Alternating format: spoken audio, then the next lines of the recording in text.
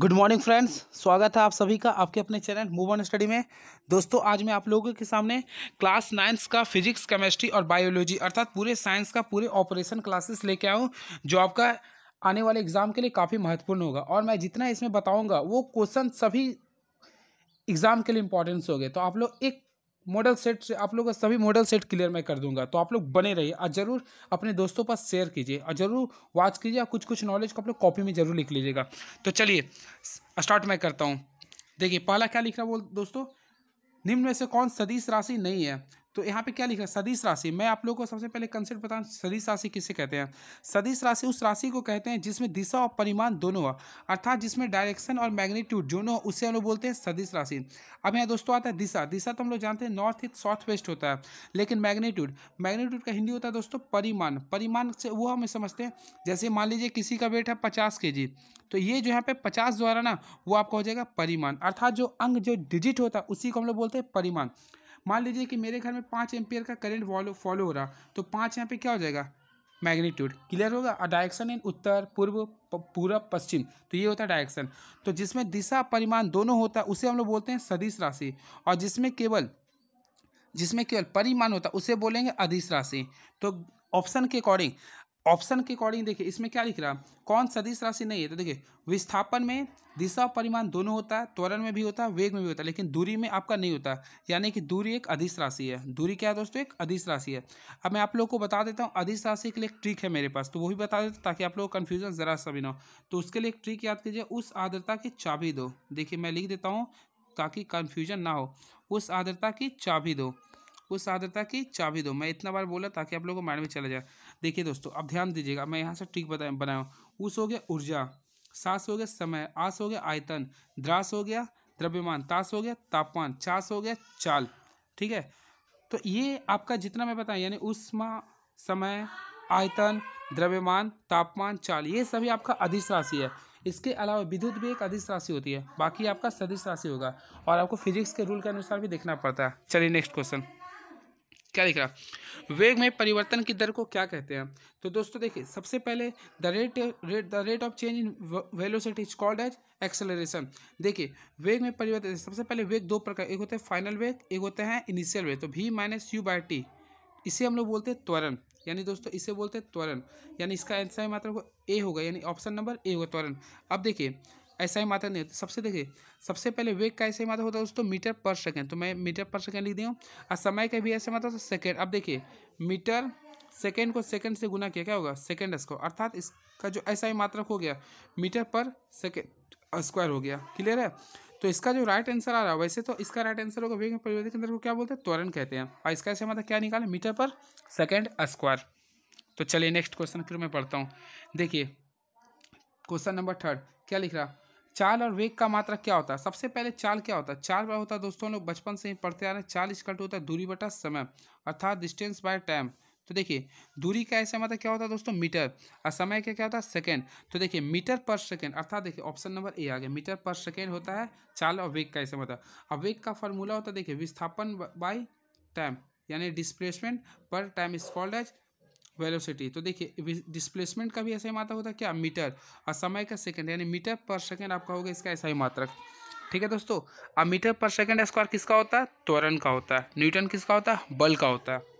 चलिए नेक्स्ट क्या लिख रहा है, एक ऑडोमीटर मापता है। सबसे पहले एक ऑडोमीटर जो ना किसी वस्तु द्वारा या किसी गाड़ी द्वारा तय की गई दूरी को मापता है। और यही बोलता है ना, चाल को कौन मापता है, स्पीडोमीटर जो चाल को मापता है। ये भी आप लोग माइंड में रखेंगे क्योंकि काफ़ी इंपॉर्टेंट क्वेश्चन है ये।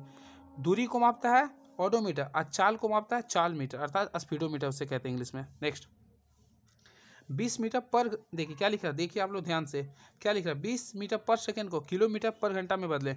कुछ मत कीजिए, 20 को आप लोग 18/5 से इसको मल्टीप्लाई कर दीजिए। देखिए 4 टाइम्स कर, यानी 18 कितना होता है 72, यानी 72 किलोमीटर पर आवर, यानी इसका ऑप्शन नंबर बी हो गया। क्लियर है दोस्तों, समझ में आ रहा होगा तो आप लोग जरूर शेयर कीजिएगा और कमेंट कीजिएगा। नेक्स्ट क्या लिख रहा है, एक कार की चाल 15 मिनट की दूरी तय करने में 18 किलोमीटर प्रति घंटा से 36 किलोमीटर प्रति घंटा हो जाते हैं, तो कार का त्वरण ज्ञात कीजिए। सबसे पहले जब भी ऐसा क्वेश्चन आप लोग देखें, यहाँ पे दूरी दे रहा ना ये, तो यहाँ पे दूरी कौन मानेंगे दोस्तों, एस। तो एस का वैल्यू कितना दिया, 15 मीटर। ये जो वैल्यू दिया शुरू वाला इसको बोले इनिशियल यू, तो यू का वैल्यू दिया 18, ये किलोमीटर पर है ना, तो इसको हम लोग बोले मीटर पर सेकंड में, तो 5/18 से मल्टीप्लाई करें, 1 टाइम्स करें, यानी कितना है दोस्तों 5 मीटर पर सेकंड आ रहा। अभी कितना दिया है आपका 36, तो 36 को 5/18 से मल्टीप्लाई करेंगे, तो देखिए 2 टाइम्स करिए कितना आ गया 10 मीटर पर सेकेंड। अब देखिए हमें क्या निकालना त्वरण, तो ऐसा कौन सा फार्मूला इसमें भी यू एस आता है, तो हम लोग न्यूटन का तीसरा गति नियम का फॉलो कर सकते हैं। अर्थात देखिए न्यूटन का थर्ड, यहाँ मैं पेन चेंज करता, तो देखिए न्यूटन का थर्ड लॉ बोलता है वी स्क्वायर बराबर यू स्क्वायर प्लस 2as। अर्थात दोस्तों इस फार्मूला को हम लोग अप्लाइड करेंगे, तो मैं इसे मिटाता हूँ, अब देखिएगा मैं किस टाइप से बता रहा हूँ, ठीक है। तो देखिए आप लोग, यानी वी एस यहाँ पे याद रखिए यू का वैल्यू कितना 5 है, वी का वैल्यू 10 है, तो देखिए मैं बता रहा हूँ, यानी कि न्यूटन का थर्ड लॉ का पालन किया हो, यानी वी स्क्वायर में क्या होता है दोस्तों यू स्क्वायर प्लस 2as। तो देखिए वी का वैल्यू कितना था 10, तो 10 का स्क्वायर कितना हो गया 100, यू का वैल्यू कितना था 5, 5 का स्क्वायर कितना हो गया 25 प्लस 2, ए तो आपको निकालना है, और एस का वैल्यू कितना है 15 दिया। अब आप लोग सॉल्यूशन कीजिए, 100 में से 25 गए कितना गया 75, 75 आ गया, 15 दूनी 30 से, तो आप लोग यहाँ से आप लोग निकाल सकते हैं। देखिए 15 दूनी 30, 15 पचे 75, यानी कि इसका ए का वैल्यू जो आएगा ना 2.5 आ गया। तो ऑप्शन नंबर, इसका ऐसे मतलब होता है मीटर पर सेकंड स्क्वायर, तो ऑप्शन नंबर ए। यहाँ से आप लोग को समझ में आया होगा, नहीं आया होगा तो आप लोग कमेंट कीजिए। देखिए 10 का स्क्वायर 100, 5 का स्क्वायर 25 प्लस 2as, 100 में से 25 माइनस हुआ तो 75 आ गया, फिर 15 को 2 से मल्टीप्लाई किया तो 30, तो 30 का टेबल में अगर हम लोग 75 को डिवाइड करें तो 2.5 आ जाएगा। इसका ऐसा मात्रा मीटर पर सेकंड स्क्वायर। चलिए नेक्स्ट, बल का ऐसा मात्रा क्या होता है, तो देखिए बल, सबसे पहले बल का फॉर्मूला होता है एफ बराबर होता है मास इंटू एक्सलेशन। तो मास का ऐसे मात्रा होता है दोस्तों केजी, और एक्सलेशन का होता है मीटर पर सेकेंड स्क्वायर। तो केजी पर मीटर सेकेंड स्क्वायर ऑप्शन में है नहीं है, तो केजी पर मीटर स्क्वायर को ही हम लोग बोलते हैं न्यूटन, ठीक है दोस्तों। यानी इसका ऐसा मतलब क्या हो गया न्यूटन, यानी ऑप्शन नंबर कितना आ गया आप लोग खुद बताइए, सी हो गया। अब डिफाइन बोलेगा ना, डिफाइन 1 न्यूटन, तो 1 न्यूटन डिफाइन 1 केजी मीटर पर second square is called 1 Newton, ठीक है। चलिए नेक्स्ट, क्या लिख रहा, 1 न्यूटन किसके बराबर होता है। देखिए अभी मैं खुद आप लोग को बताया था, देखिए 1 न्यूटन, देखिए आप लोग को फिर से मैं बता, देखिए सबसे पहले एफ बराबर क्या होता है दोस्तों ma, मास का ऐसे मात्रा होता है kg, और एक्सलेशन का मीटर पर सेकेंड स्क्वायर। तो देखिए इसे बोलते हैं न्यूटन, यानी देखिए 1 न्यूटन इक्वल टू होगा, देखिए 1 kg लिख सकते हैं इसे, 1 kg, यहाँ मीटर है तो मीटर आने देंगे पर सेकेंड स्क्वायर, यानी ऑप्शन नंबर आप लोग खुद ढूंढिए। देखिए आया, एक क्वेश्चन से आप लोग को 4 क्वेश्चन मिल रहा विथ कंसेप्ट के साथ, तो आप लोग बने रहिए। नेक्स्ट क्वेश्चन की ओर बढ़ता हूँ, क्या लिख रहा है, 3 पिंड ए बी सी के द्रव्यमान क्रमशः 5 kg, 2 kg और 10 kg है, किसका जड़त्व सबसे कम होगा। तो देखिए सबसे पहले जड़त्व क्या दिया 5 kg, 10 kg और 2 kg, जिसका मान अर्थात जिसका मास सबसे कम होता है वही हो गया इसका आंसर, क्योंकि जड़त्व जो होता है ना वह मास के प्रोपोर्शन होता है, तो सबसे कम किसका है 2 kg है, सबसे कम मास किसका है 2 kg का ना, अर्थात ऑप्शन नंबर बी हो गया, क्योंकि 2 kg। जड़त्व जो होता है वह मास के समानुपाती होता है, जिसका जड़त्व ज़्यादा उसका द्रव्यमान भी ज़्यादा होगा, ठीक है। तो यहाँ पे 2 सबसे कम था तो 2 हो गया, क्लियर है। नेक्स्ट, 1 kg द्रव्यमान पर 1 न्यूटन का बल लगाने पर उत्पन्न त्वरण का मान होगा। तो देखिए कुछ नहीं करना आप लोगों को, हम लोग एक फार्मूला जानते हैं, एफ बराबर क्या होता है दोस्तों ma, क्लियर है। अब देखिए द्रव्यमान क्या बोल रहा है 1 kg, तो यानी यहाँ पे 1 kg कर दिया हूँ मैं। अब और क्या बोल रहे न्यूटन 1 है तो 1 ही रहेगा ना ए, तो यानी इसका आंसर जो होगा 1 का आ जाएगा मीटर पर सेकंड स्क्वायर, यानी ऑप्शन नंबर क्या हो गया आप लोग खुद बताइए, ऑप्शन 1 मीटर पर सेकंड स्क्वायर कहाँ पे है, ये आ गया, क्लियर है। नेक्स्ट, न्यूटन के गति के पहले नियम से मिलता है, तो न्यूटन के पहले गति नियम से हमें जड़त्व का परिभाषा मिलता है, ठीक है दोस्तों। और बल मापने का जो सूत्र होता है वह दूसरे नियम से मिलता है। नेक्स्ट, क्या लिख रहा, न्यूटन गति के कौन से नियम से बल मापने का सूत्र मिलता है। तो मैंने तो अभी बताया, तो न्यूटन के दूसरे गति नियम से बल मापने का सूत्र अर्थात एफ बराबर हमें ma प्राप्त होता है, बोलेगा ना एफ बराबर ma न्यूटन के किस गति नियम से प्राप्त होता है, न्यूटन के दूसरे गति नियम से। और न्यूटन के पहले गति नियम से बल की परिभाषा प्राप्त होती है, बोलेगा बल की परिभाषा किससे प्राप्त होती है, तो न्यूटन के पहले गति नियम से, और दूसरे नियम से उसका परिमाण प्राप्त होता है। और न्यूटन का दूसरा गति नियम है ना सबसे मेन नियम होता है, जिसमें थर्ड नियम भी फॉलो करता है, फर्स्ट नियम भी फॉलो करता है, क्लियर है दोस्तों। तो चलिए नेक्स्ट क्वेश्चन की ओर मैं पढ़ता हूँ। नेक्स्ट, जी का मान होता है, देखिए जी का मान जो होता है छोटा स्मॉल जी, जो कैपिटल स्मॉल जी होता है उसका वैल्यू होता है 9.8 मीटर पर सेकेंड स्क्वायर, और कैपिटल जी का वैल्यू जो होता है 6.67 इंटू 10⁻⁻19 न्यूटन पर कूलम केजी मीटर पर सेकेंड स्क्वायर होता है। ठीक है दोस्तों, तो यानी इसका जो ऐसा ही मात्रा क्या हो गया 9.8 है, कहीं 9.8 मीटर पर सेकेंड स्क्वायर, क्योंकि त्वरण की जैसा होता है ये। नेक्स्ट क्या लिख रहा 60 केजी द्रव्यमान के, क्या लिख रहा देखिए 60 केजी द्रव्यमान के किसी मनुष्य का चंद्रमा पर भार क्या होगा। सबसे पहले भार का फॉर्मूला होता है W=mg। अब यहाँ पे वैल्यू दिया है दोस्तों, देखिए यहाँ पे भार बोल रहा है ना, मास वही का वही रहता है लेकिन भार चेंज होता है। तो देखिए कुछ नहीं करना है, भार बोल रहा ना, तो यहाँ पे मास कितना दे रहा है 60 केजी, 60 कर दिया हूँ, और जी का वैल्यू कितना दे 10, तो 60 को मैं 10 से गुना किया, कितना है 600। अब भार कैसे मतलब क्या होता है न्यूटन, तो यानी 600 न्यूटन। क्लियर है। चलिए दोस्तों, बढ़िया लग रहा होगा आप लोगों को, पूरे एक्सप्लेनेशन के साथ मैं दे रहा हूँ। नेक्स्ट शरबत बनाते आ गया केमिस्ट्री, माइस्ट्रीज केमिकल। नेक्स्ट शरबत बनाते समय पानी में चीनी मिलाने पर चीनी पानी में मिल जाता है, यह पदार्थ के कणों के किस गुण को दर्शाता है। सबसे पहले जब भी ऐसा होगा देखिए पदार्थ के कणों के बीच रिक्त स्थान को दर्शाता है, गतिशील को भी दर्शाता है, एक दूसरे को आकर्षित भी करता है, यानी इसका जो ऑप्शन नंबर डी होगा। क्लियर है। नेक्स्ट निम्नलिखित में कौन सा पदार्थ का उदाहरण है विचार। विचार पदार्थ नहीं है, एक भाव होता है, शीत भी नहीं है, शीतल पेय होगा। नेक्स्ट दो पदार्थ विभिन्न, क्या लिखा है दो विभिन्न पदार्थों के कणों को स्वतः मिलना क्या कहलाता है। अगर दो पदार्थ आपस में मिल रहा है तो उसे हम लोग बोलते हैं दोस्तों विसरण। मान लीजिए कि गैस यानी हवा में अगर कोई भी गंध मिल रहा है तो उसे हम लोग बोलते हैं विसरण। ठीक है। नेक्स्ट किसी तत्व का द्रव्यमान प्रति इकाई आयतन को क्या कहते हैं। देखिए सबसे पहले मास, द्रव्यमान कैसे मतलब क्या होता है केजी पर metre, metre cube, sorry metre cube होता है, मीटर क्यू, मिस्टेक हो रहा है दोस्तों, सॉरी। द्रव्यमान कैसे मतलब क्या होता है आप लोग बता सकते हैं, केजी होता है, और आयतन का क्या होता है मीटर क्यू, तो केजी पर metre is called a density. तो ऑप्शन नंबर है घनत्व, तो यानी इसका दोस्तों घनत्व होगा, यानी कि देखिए घनत्व को डेंसिटी बोलते हैं। अगर द्रव्यमान बढ़ रहा है तो घनत्व भी बढ़ेगा, लेकिन अगर आयतन बढ़ रहा है ना तो ये घटेगा, इन्वर्सली देखिए घनत्व जो होता है द्रव्यमान के समानुपाती होती है, देखिए यहाँ से आ रहा, और इसका इन्वर्सली प्रोपोर्शन होता है। चलिए नेक्स्ट देखिए क्या लिखा है 2 ग्राम हाइड्रोजन, देखिए यहाँ पे ध्यान दीजिए, काफ़ी महत्वपूर्ण क्वेश्चन है ये। क्या लिख रहा है दोस्तों 2 ग्राम हाइड्रोजन गैस ऑक्सीजन के साथ मिलकर 18 ग्राम जल का निर्माण करती है। यह नियम समझाता है। देखिए सबसे पहले मैंने 2 ग्राम यहाँ पे ले लिया हूँ और यहाँ पे लिया हूँ 16 ग्राम ऑक्सीजन, तो कुछ नहीं करना। देखिए इससे तो 18 H2O ही आएगा ना, तो देखिए ये आपका जो होगा द्रव्यमान संरक्षण का नियम, क्योंकि द्रव्यमान संरक्षण का नियम ये बोलता है ना, देखिए यहाँ अभिकारक है उत्पाद है, दोनों में परमाणुओं की संख्या आपस में बराबर है। तो द्रव्यमान संरक्षण का नियम लेवाइजिए के अनुसार ने दिया था, जिन्होंने ये कहा ना द्रव्यमान ना तो उत्पन्न किया सकता ना ही विनाश किया सकता, केवल एक रूप से दूसरे रूप में परिवर्तित किया सकता है। Mass can neither be created nor be destroyed, it can change one medium to next other medium. Next और स्थिर अनुपात का नियम किसने दिया आप लोग कमेंट बॉक्स में लिखिएगा, वैसे दिया था प्राउस्ट ने। क्या लिख रहा जल में हाइड्रोजन एवं ऑक्सीजन का द्रव्यमान का अनुपात सदैव 1:8 होता है, यह किसका नियम है।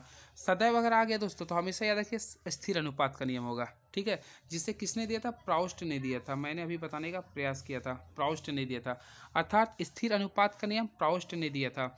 और द्रव्यमान संरक्षण का नियम किसने दिया था लेवाइजिए या लवाइजिए, जिसे केमिस्ट्री का फादर कहते हैं। और डॉल्टन का और देखिए डॉल्टन का परमाणु सिद्धांत डॉल्टन ने दिया था। ठीक है। नेक्स्ट परमाणु त्रिज्या को किस में मापते हैं, तो परमाणु त्रिज्या को दोस्तों हम लोग जब भी मापते हैं तो नैनोमीटर में मापते हैं, इसे भी आप लोग माइंड में रखिएगा। ठीक है। नेक्स्ट 1 नैनोमीटर बराबर कितना होता है आप लोग बता सकते हैं। 1 नैनोमीटर बराबर जो होता है ना 10⁻⁻⁹ मीटर। क्लियर है। नेक्स्ट परमाणु द्रव्यमान को किस इकाई में मापते हैं, तो यूनिफाइड में मापते हैं, यानी इसका आंसर हो गया यू। आप लोग इसे याद कर लीजिएगा। किसी पदार्थ का सूक्ष्मतम कण जो स्वतंत्र रूप से रह सकता है उसे क्या कहलाता है। देखिए जो स्वतंत्र रूप से रह सकता है उसे हम लोग बोलते हैं दोस्तों अणु। क्या बोलते हैं अणु। अब परमाणु स्वतंत्र अवस्था में नहीं रहते हैं। ठीक है। देखिए H2O मान ली लिखता हूँ ना, तो इसमें हाइड्रोजन एक परमाणु ऑक्सीजन भी एक परमाणु है, लेकिन ये दोनों कंबाइन हो गया तो यह अणु कहलाएगा। क्लियर है। तो यह स्वतंत्र रूप में रह सकता है, पर लेकिन हाइड्रोजन बोलेंगे ना तो वह परमाणु होता है। ठीक है, जो स्वतंत्र अवस्था में नहीं रहता है। चलिए नेक्स्ट जल की परमाणुकता क्या होता है। सबसे पहले जल का सूत्र हम लोग लिखेंगे यहाँ पे, क्या होता है दोस्तों H2O। परमाणुकता क्या होता है ना, किसी भी तत्व में उसमें जितने यानी कि परमाणु की संख्या होता है उसे हम लोग बोलते हैं। तो देखिए इसमें हाइड्रोजन की संख्या कितना है 2 है, और ऑक्सीजन की संख्या 1 है, तो 2 और 1 कितना आ गया 3, यानी ऑप्शन नंबर कितना हो गया आप लोग खुद बता सकते हैं, जरूर, यानी ऑप्शन नंबर सी आ गया। ठीक है दोस्तों, सी।